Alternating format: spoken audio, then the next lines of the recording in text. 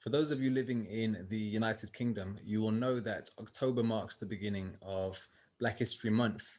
And Black History Month is where we celebrate and learn about the contributions and the experiences of Black people, not just in Black British history, but also internationally and even during the pre-colonial period.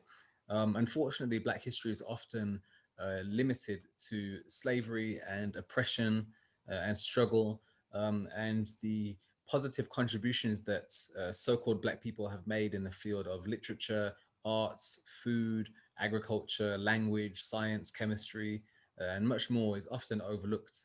But for this video, I want to focus on racism and the psychology of racism, because I often feel that racism is also misunderstood. And this is something that not just affects Black people, but also affects other persons as well, white people, and persons of other ethnic groups as well. So I'm going to give a kind of detailed, thorough understanding of what racism is, how it works, and how it relates to colonization. So the racism that we see in contemporary society is often reduced to skin color prejudice, the idea that you simply don't like another person because of the color of their skin. And unfortunately, that often overlooks the deeper role of what racism really is and how it functions. So the word racism is essentially made up of two words. We have race and ism. If we start with ism, ism denotes a system. So if we look at some examples, we see the word capitalism, communism, Hinduism, Buddhism. This is a number of beliefs or attitudes or values that are embedded into a system, which is then practiced by different people or different societies. So it is a system. If we look at the word race denotes competition, racism. So we kind of have this dynamic here where we have a systematic form of competition. Well, how does that relate to what we think racism is, or the way word racism is used? Well, we have to go back to the colonial period to understand this.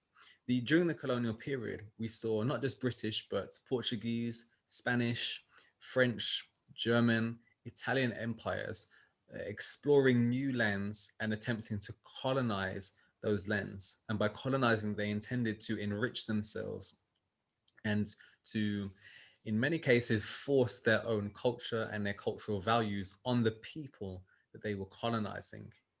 Those of you who studied colonization before, particularly British colonization, you'll know that it was very systematic, it was very organized and very structured. If we think about racism, structures and systems.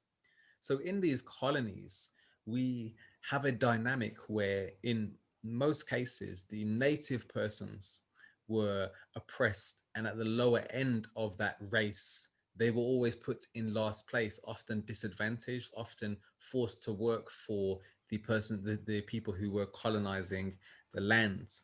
So we have a clear system in place where one ethnic group is considered to be at the top and the apex of society, and the persons who have been colonized are at the bottom. They are the victims. But racism goes further than that. And many of you may be watching this wondering, well, where does skin color prejudice actually come from? Well, skin color prejudice was embedded into the racist system as a means of justification. That is, that in many cases of colonization, people were dehumanized, they were enslaved, their land was stolen, there were genocides that took place. Uh, Controversial forms of servitude also took place. And most human beings know that this activity is immoral. It's not something good that you should do. But psychologically, a justification process took place. So if we look at the example of the transatlantic slave trade, religious interpretations were used to justify the position of African slaves. And this was embedded into the racism, into the system so much that the people started to internalize this and believe it themselves. They genuinely believed that them to be a slave was the will of God, because this was the interpretation that they were fed, and this was done systematically. Another example is in Australia. Many of the Aborigines were brutally killed, their lands were taken away from them, they lost their homes, they lost many things. And the justification that is often used for this, still to this day, is that the Aborigines were a primitive and backward people, who needed to be civilized by Europeans.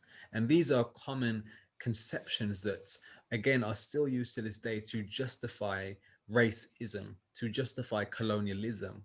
So these are clear systems and structures that have been put into place that wasn't just used by the invading or the oppressing force or nation, but was also internalized by the people themselves so that they perpetuate this. So a good example of how racism still exists in the Caribbean is that the lighter your complexion, you are often treated better. You're seen as more beautiful. You're often given access to more opportunities. And while this is slightly improving in the modern day, it has been a historical legacy of colonialism.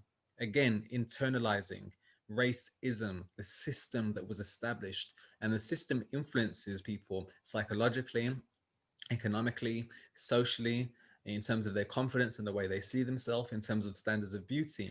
This is what we need to understand about racism. It is not just a matter of somebody not liking somebody else for because of the color of their skin. There are many layers to racism. And the layers that we see in a visible context are a result of a system that has existed for hundreds of years and was employed specifically to influence behavior. This is almost a form of predictive programming.